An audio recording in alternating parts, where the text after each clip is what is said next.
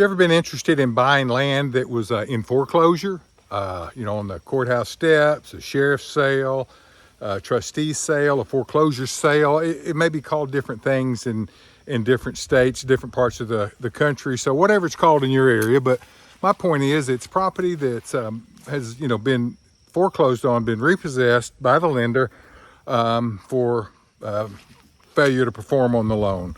Sorry, I'm trying to make my way through here. I've got a client that's got 2 tracts that he's looking at hard to go try to buy in the upcoming sheriff's sale here in North Louisiana. And I looked at the first one a little while ago, and it looked great. I mean, it's got everything that we wanted in terms of what we're looking for with timberland and the ability to make a little money on it. I went and tore it apart, meaning I went and looked at it, and the same thing I'm doing with this one right here. So with that in mind, let me give you just a couple of ideas and tips and information on buying land or buying any real estate in a foreclosure sale or a sheriff's sale. Number one, you got to have the money. You can't make a deal on it and then go figure out the money later. You got to have the money squared away before you even show up to bid, because most places that I'm familiar with, they require funding by a specific time that day. Usually 2 or 3 o'clock that day, they need you there with the funds, and they'll issue the deed to you, and you got to have your funding lined up. Okay, that's just foremost in the deal. So it's not something that just anybody can do. Having access to a big bunch of cash to go buy land at a sheriff's sale, not everybody can do it. So you're not going to be competing against the world when you go and try to buy that property. Number 2, know what you're going to do with it.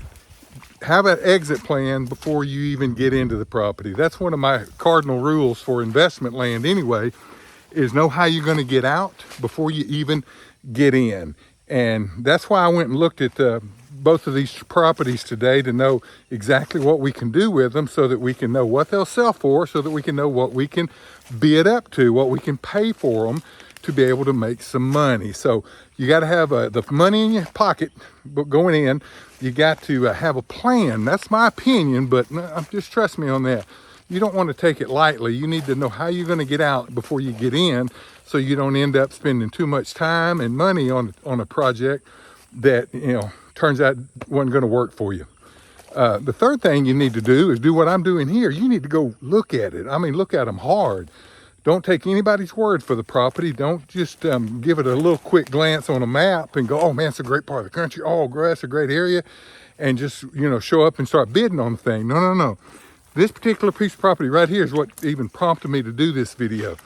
The bank said, man, it is loaded with timber. It's a big hardwood tract. It is loaded. I mean, it is a great deal.